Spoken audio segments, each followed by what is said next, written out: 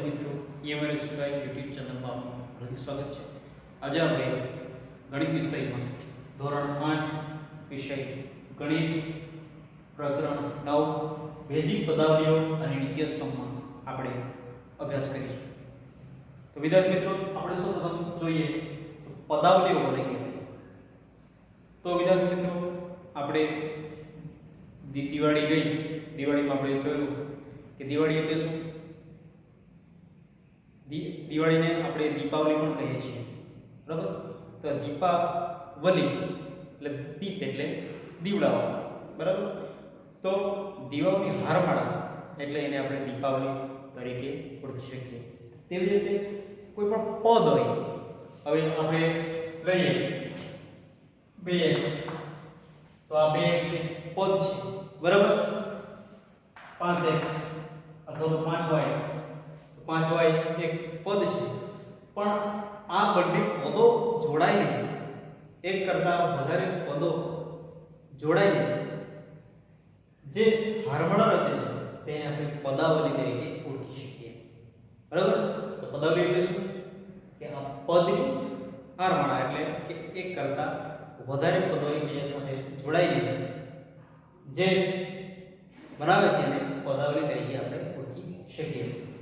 તો આપણે જોઈએ તો અહીંયા 2x અને 5y બે પદ છે, એને આપણે જોડી દઈએ 2x 5y, સરળતાનું ચિહ્નથી આપણે જોડી દીધું 2x 5y।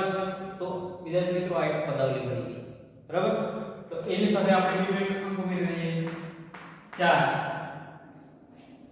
તો એના કરતા લાંબી પદાવલી બની ગઈ, બરાબર? તો આ રીતે આપણે એક કરતા વધારે પદોને જોડવાથી જે આપણને જે સંખ્યા જે મળે છે એને શું કહેવાય છે? પદાવલી તરીકે ઓળખવામાં આવે છે। હવે તો અહીંયા પદાવલીમાં તમે જોઈ શકો છો કે આ 2 છે એ x સાથે ગુણાયેલો છે, 5 છે એ y સાથે ગુણાયેલો છે, અને 4 સાથે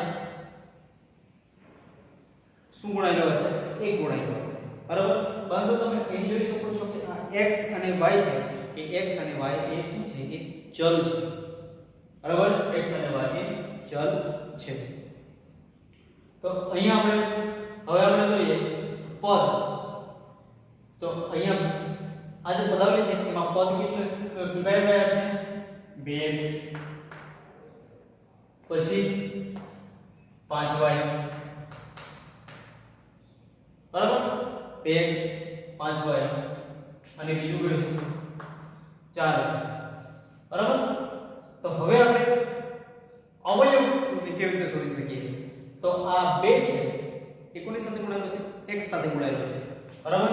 તો આ 2x ને આપણે લખી શકીએ 2 ગુણ્યા x, એટલે કે આ 2 જે છે એ x સાથે ગુણાયેલો છે, બરાબર? એટલે આ 2x ના અવયવ કયા થાય?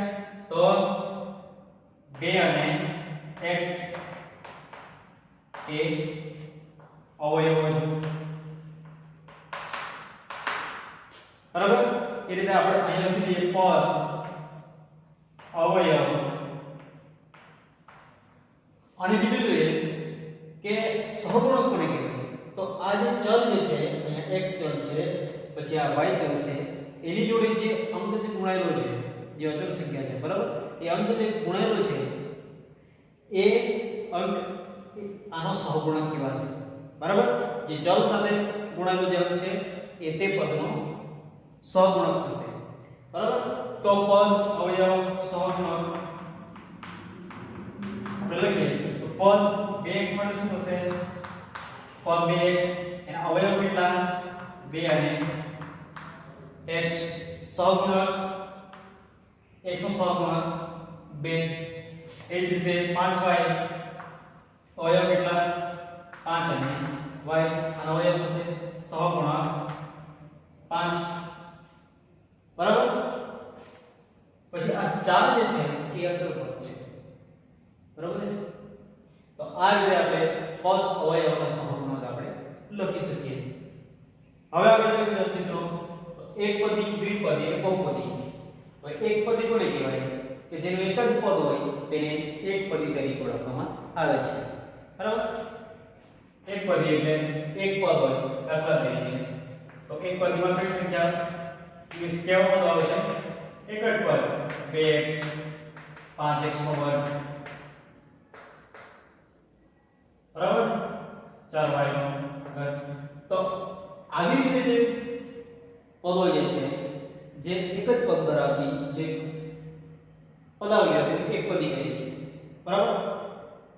હવે દ્વિપદી કોને કહેવાય? દ્વિપદી કોને કહેવાય? તો જે બે પદ હોય તેને શું કહેવાય? દ્વિપદી કહેવાય.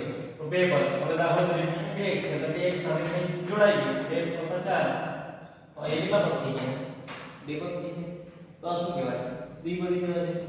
એવી રીતે આ 5x નો વર્ગ વત્તા 2x જોડાઈ ગઈ તો કેટલા પદ બની ગયા? બે પદ બની ગયા. તો આ દ્વિપદી કહેવાય છે. હવે કેવી રીતે આપણે બહુપદી જોઈએ? બહુપદી એટલે શું? બે અથવા બે કરતા વધારે પદો ધરાવતી પદાવલી તેને બહુપદી કહેવાય. એટલે કે એક કરતા વધારે પદો હોય બરાબર. એટલે બહુપદીમાં આ એક પદીમાં દ્વિપદી પણ આવી શકે બરાબર. ત્રિપદી ચાર પદી એ પણ આવી શકે. બહુપદી એટલે એક કરતા વધારે પદો હોય બરાબર. તો આપણે લખી શકીએ x નો વર્ગ વત્તા 2x વત્તા 3 આ ત્રણ પદ વડે આપણે પદાવલી લખી શકીએ. એવી રીતે 2x નો વર્ગ વત્તા 5y વત્તા 4z આ રીતે પણ આપણે પદાવલી લખી શકીએ. તો આ જે છે એ વિદ્યાર્થી મિત્રો એકપદી બહુપદી એકપદી દ્વિપદી બહુપદી સંપડી. હવે વિદ્યાર્થી મિત્રો આપણે આગળ જોઈએ કે બેઝિક પદાવલીઓના સરવાળા અને બાદબાકી. તો આપણે જોઈએ એક પદાવલી બે પદાવલી આપેલી છે તેનો આપણે સરવાળો કરીએ. તો સરવાળો આપણે કેવી રીતે કરી શકીએ તે આપણે જોઈએ. તો 7x નો વર્ગ વત્તા 4x વત્તા 5 આ એક પદાવલી આપેલી છે. બીજી પદાવલી છે 9x ઓછા 10 બરાબર. આ બંનેનો આપણે સરવાળો કરવાનો છે. તો આ પદાવલીનો સરવાળો આપણે કેવી રીતે કરી શકીએ તે આપણે જોઈએ. તો આપણે અહીંયા આપણે આ બંને સંખ્યાઓ આપણે જોઈ શકીએ છીએ કે અહીંયા 7x નો વર્ગ અહીંયા કોઈ x નો વર્ગ વાળી કોઈ સંખ્યા નથી બરાબર છે. પછી અહીંયા 4x આપેલ છે ને અહીંયા કેટલા આપેલા છે? 9x આપેલા છે બરાબર છે. તો આ 4x અને 9x બરાબર અહીંયા આ બંનેના સહગુણકો સરખા છે બરાબર. બંનેના સહગુણકો સરખા છે એટલે કે 4 સાથે 4x અને 9x એમાં ચલ સરખા છે બરાબર. આ બંને પદોમાં ચલ સરખા છે સહગુણકો અલગ અલગ છે બરાબર છે. તો અહીંયા ચલ x અને અહીંયા ચલ x તો આ બંને જે પદો છે એ પદો સજાતીય પદો તરીકે ઓળખવામાં આવે બરાબર. જો ચલ અલગ અલગ હોય તો વિજાતીય પદો. સહગુણક ગમે તે હોય સહગુણક અલગ અલગ હોય પરંતુ જો ચલ સરખા હોય તો તે સજાતીય પદો તરીકે ઓળખવામાં આવે છે બરાબર. ચલ અલગ અલગ હોય તો તે વિજાતીય પદો તરીકે ઓળખવામાં આવે બરાબર છે. હવે આની આગળ જો માઈનસ સાઇન હોય કે પ્લસ સાઇન હોય પરંતુ ચલ સરખા હોય એટલે તે સજાતીય પદો તરીકે ઓળખવામાં આવે છે. એટલે આપણે જ્યારે આ સરવાળો કરીએ છીએ ત્યારે આપણે જે સજાતીય પદો જે છે એ એક પદની નીચે બીજું એનું સજાતીય પદ આપણે મૂકવાનું છે. એ આપણે આગળ ગણીશું એટલે તમને ખ્યાલ આવશે. તો આગળ જોઈએ તો 7x નો વર્ગ વત્તા 4x વત્તા 5 હવે એની નીચે આપણે બીજું પદ મૂકવાનું છે 9x ઓછા 10. તો અહીંયા 7x નો વર્ગ છે બરાબર. એનો સજાતીય પદ આમાં નથી બરાબર છે એટલે એની નીચે આપણે કશું મૂકવાની જરૂર નથી. હવે આ 4x છે એનો સજાતીય પદ આમાં આપણે જોઈ શકીએ છીએ 9x છે તો આની નીચે આપણે 9x મૂકીશું બરાબર.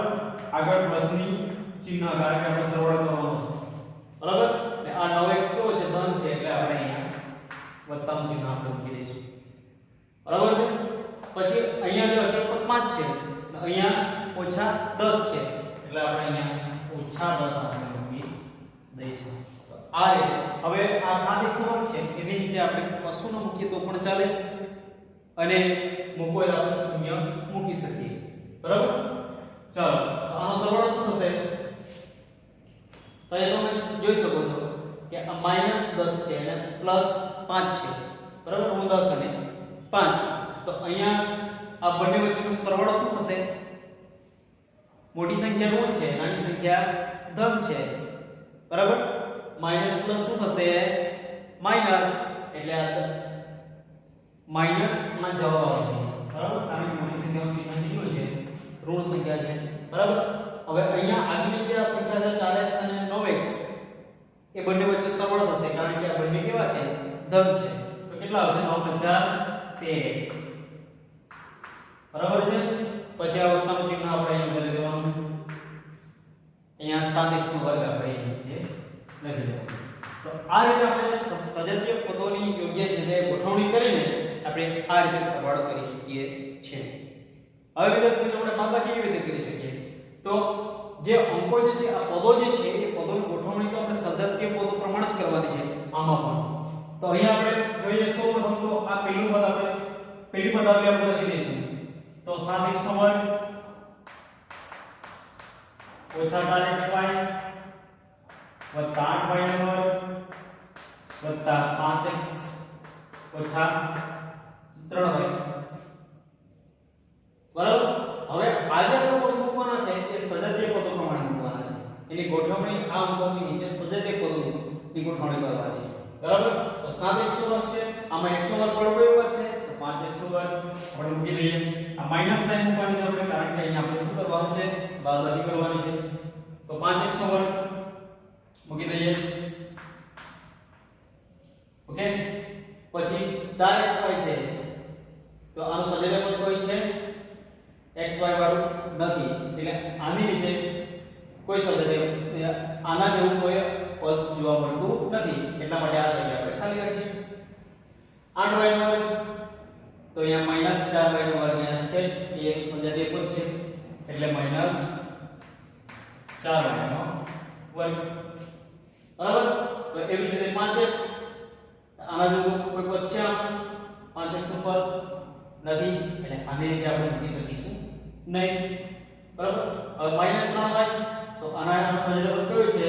આ +6y, તો આપણે મૂકી દઈએ અહીંયા +6, અહીંયા મૂકી +6y, કારણ કે આ 5x ની સજાતીય પદ નથી, એટલા માટે એની નીચે કોઈ સંખ્યા આવશે નહીં. બાકી રહી ગઈ સંખ્યા -3, એને આપણે બાદ મૂકી દઈશું બરાબર છે. હવે જ્યારે આ જે માઈનસ ચિહ્ન જે છે એ આ પદાવલીમાં જ્યારે દાખલ થશે ત્યારે આના જે ચિહ્નો છે એ ચિહ્નો બદલાશે બરાબર. હવે જોઈએ તો આ માઈનસ 5x નો વર્ગ, તો આ ચિહ્ન શું આવશે? આ ચિહ્ન બદલાઈને શું થઈ જશે? આ માઈનસ ચિહ્ન છે એ પ્લસ થઈ જશે, એટલે આપણે નીચે આ પ્લસ મૂકીશું. પછી આ પ્લસ ચિહ્ન છે એ બદલાઈને શું થઈ જશે?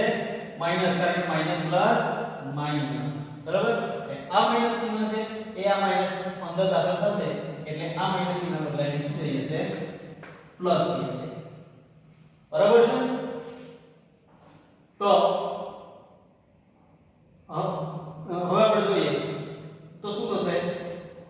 આ માઈનસ, તો 7x નો વર્ગ ઓછા 5x નો વર્ગ શું થશે? 2x નો વર્ગ.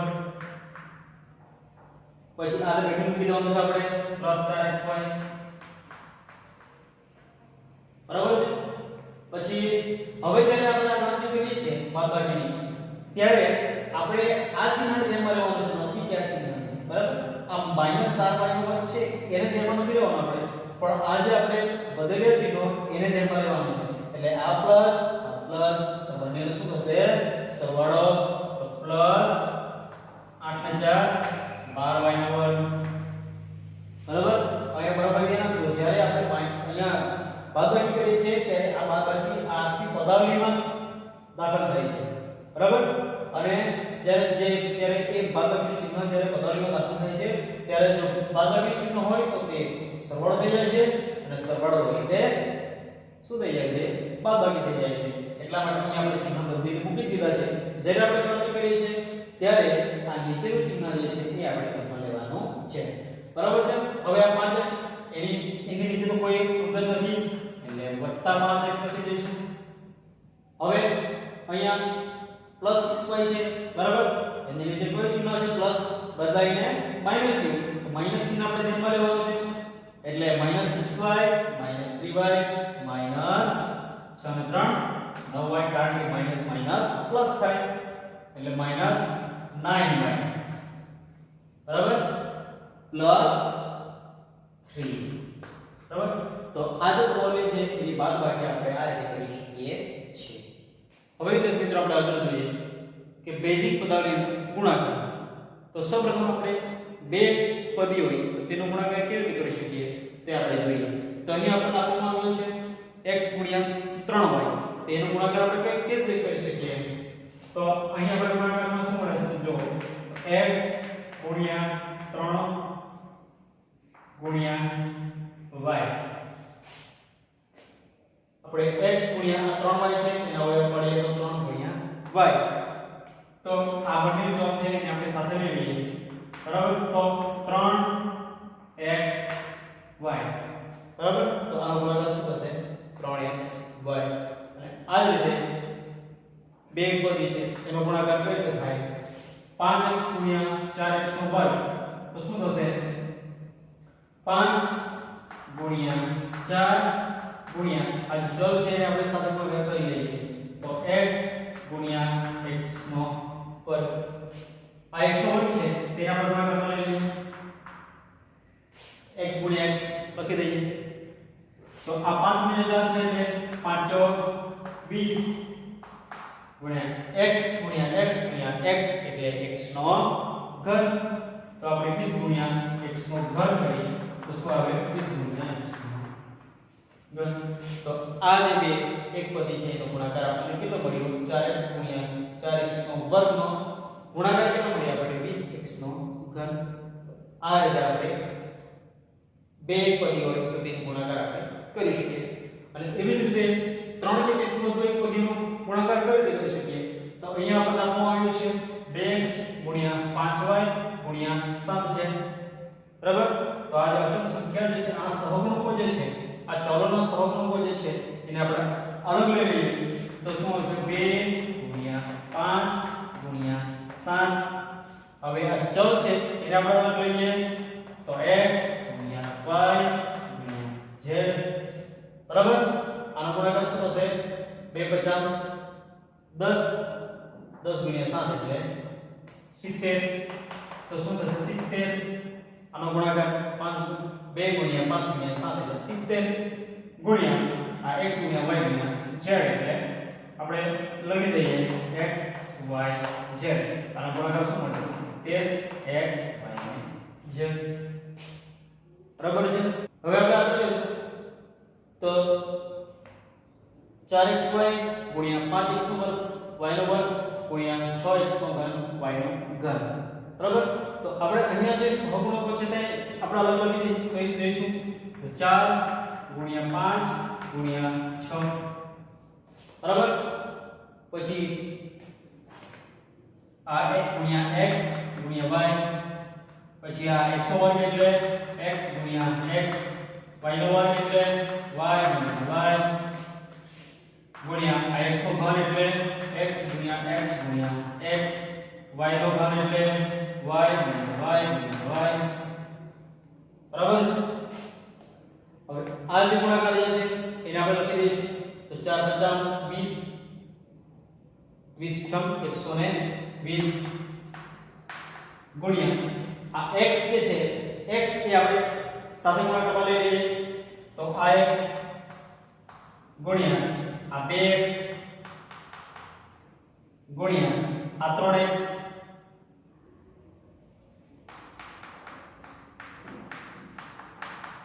કુલ કેટલા x થયા 1 2 3 4 5 6 એવી રીતે y ના સાથે લઈ લઈએ y y આ બીજા 2y ના ત્રીજા 3y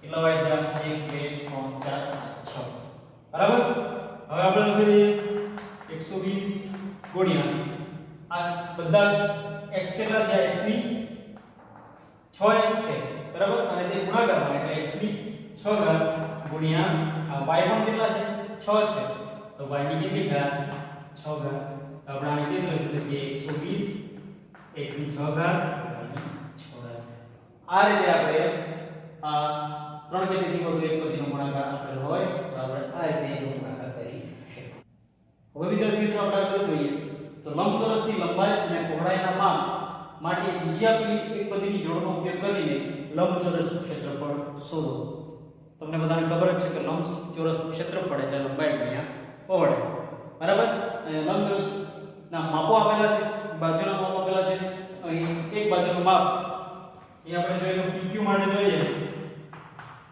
PQ માટે આપણે જોઈએ તો P લંબચોરસની એક બાજુનું માપ છે અને Q એ લંબચોરસની બીજી બાજુનું માપ છે બરાબર લંબચોરસમાં બે બાજુના માપ કેવા હોય સરખા હોય અને આ લંબચોરસ ક્ષેત્રફળ એટલે લંબાઈ ગુણ્યા પહોળાઈ P ને આપણે લંબાઈ લઈએ Q ને આપણે પહોળાઈ લઈએ તો શું થશે લંબાઈ ગુણ્યા પહોળાઈ એટલે P ગુણ્યા Q એટલે આ PQ લંબાઈનો જે લંબચોરસ છે એનું ક્ષેત્રફળ શું થશે તો PQ એનું ક્ષેત્રફળ કેટલું થશે PQ બરાબર છે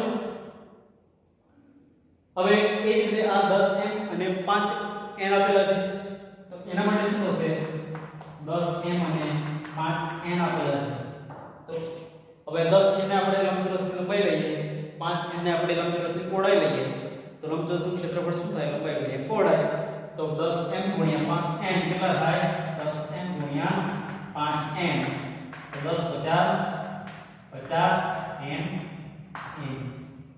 આ લંબચોરસનું ક્ષેત્રફળ થશે બરાબર છે એવી રીતે અહીં ઘનફળ શોધવાનું છે લંબની લંબાઈ પહોળાઈ અને ઊંચાઈના માપ અનુક્રમે નીચે મુજબ છે તેના પરથી ઘનફળ શોધો ઘનફળ લંબઘનનું ઘનફળ હોય બરાબર તેની લંબાઈ હોય પહોળાઈ હોય અને ઊંચાઈ હોય તેનું ક્ષેત્રફળ શું થશે તો લંબાઈ ગુણ્યા પહોળાઈ ગુણ્યા ઊંચાઈ એ આપણે શીખી ગયા છીએ બરાબર લંબાઈ ગુણ્યા પહોળાઈ ગુણ્યા ઊંચાઈ એટલે ઘનફળ ઓકે તો અહીં આપણે ધરી લઈએ તો આ 5 એક લંબાઈ આપેલી છે 3 એનો વર્ગ પહોળાઈ આપેલી છે 7 એનો 4 ઘાત ઊંચાઈ આપેલી છે તો લંબઘનનું ઘનફળ કેટલું થાય લંબાઈ ગુણ્યા પહોળાઈ ગુણ્યા ઊંચાઈ એટલે આ ત્રણે ત્રણનો ગુણાકાર આપણે કરીએ તો 5a ગુણ્યા 3 એનો વર્ગ ગુણ્યા 7 એનો 4 ઘાત આનો ગુણાકાર આપણે કઈ રીતે કરી શકીએ તો સૌપ્રથમ આપણે આગળ કરી તે પ્રમાણે આ જે સહગુણકો જે છે એને આપણે અલગ લઈ લઈએ તો 5 ગુણ્યા 3 ગુણ્યા 7 બરાબર હવે આ જે ચલો છે એને આપણે અલગ લઈ લઈએ a એનો વર્ગ એટલે 1 ગુણ્યા a ની 4 ઘાત એટલે 1 ગુણ્યા a બરાબર આ a એનો વર્ગ એટલે 1 ગુણ્યા a એની 4 ઘાત એટલે 4 a બરાબર આનો ગુણાકાર કરીએ તો શું થશે 27 21 5 બરાબર હવે a કેટલા છે 1 2 3 4 5 6 7 બરાબર 7 એ ગુણાકારમાં છે એટલે આપણે લખી શકીશું a ની કેટલી ઘાત 7 ઘાત તો 105 ની 7 ઘાત એ આ લંબઘનનું ઘનફળ થશે બરાબર તો આ રીતે કોઈ પણ દાખલા પૂછાય સ્વાધ્યાયમાં દાખલા આપેલા છે એ તમારે સ્વાધ્યાય જાતે કરવાનો છે ઓકે થેન્ક યુ